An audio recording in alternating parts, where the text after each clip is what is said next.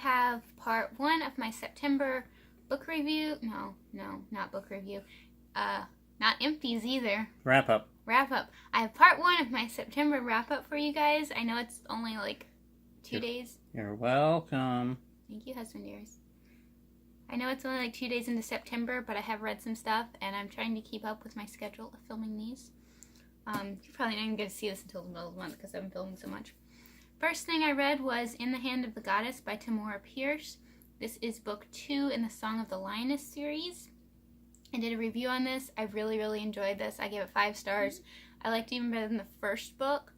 And I actually took notes, so I would check out my review. I'm kind of proud of it. I was proud of it the first time I filmed it, and it didn't save.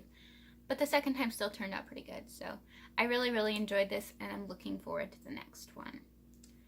Then I read Last of the Albatwitches, which I don't know if I'm pronouncing that right or not, by Brian Keene. It had 2 novellas in it. The second one was Last of the Albatwitches, and the first one was called The Witching Tree.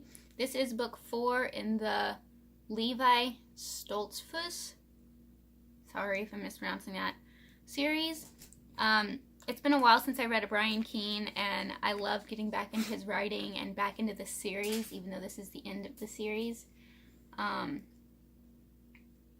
It was really good. If you like horror, I definitely recommend these, but be prepared for language and just look up trigger warnings, because that should give you every, rating like you would see on a manga or a movie for this, because his writing is really good, but it's really messed up, so just be prepared for that. If you like horror, though, I definitely recommend this author.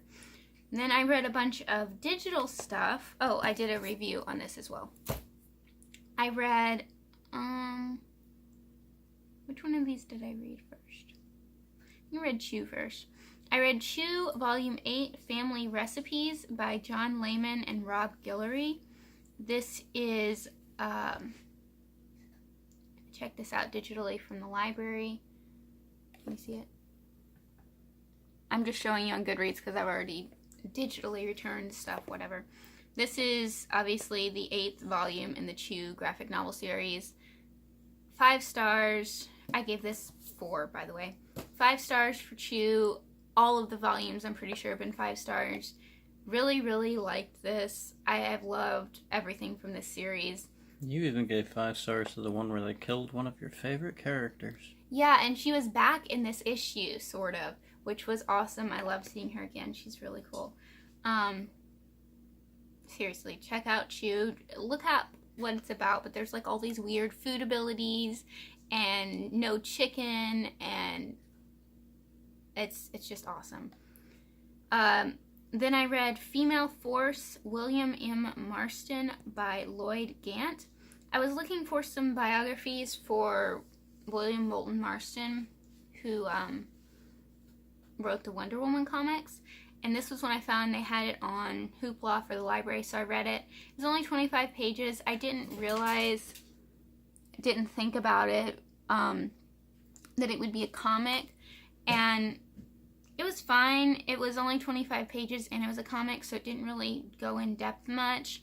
I watched the movie about him and William Marston and the Wonder Woman, Professor Marston and the Wonder Women. That's what it was called. And it didn't really tell me anything that wasn't in there.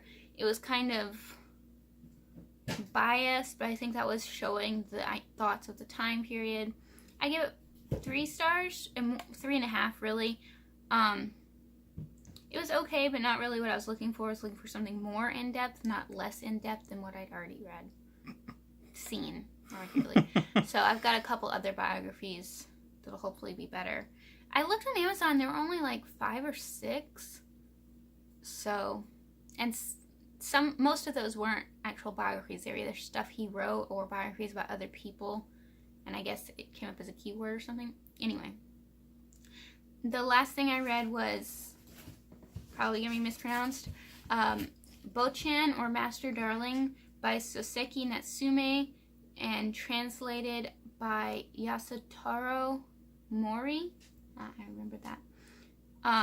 I got this free on Kindle. This is supposed to be a big classic, even more so in Japan, but also here. I can understand the translation difference and why it might be better in Japan, in Japanese, and you understand references and stuff. But in English, I gave it 3 stars. Most of it was pretty boring. Even the parts I really enjoyed were just like, eh, and the ending was pretty abrupt. I did do a review on it. And didn't really say much more than what you just said, honestly. But you should still check it out because views are awesome. But yeah, I don't have anything to say about it. It was really boring. And even though it was like right about 100 pages, I had to really push to get myself through it. So that's everything I've read in September so far. 2 days, and I've already got, 5 books?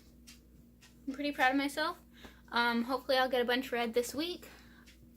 Questions, comments, opinions about anything that I read? Leave those down in the comments. I'd love to discuss with you guys. Check out those reviews for more in-depth thoughts. I'm working on doing better at reviews, and like I said, I did notes for some of them, so I'm pretty proud of myself.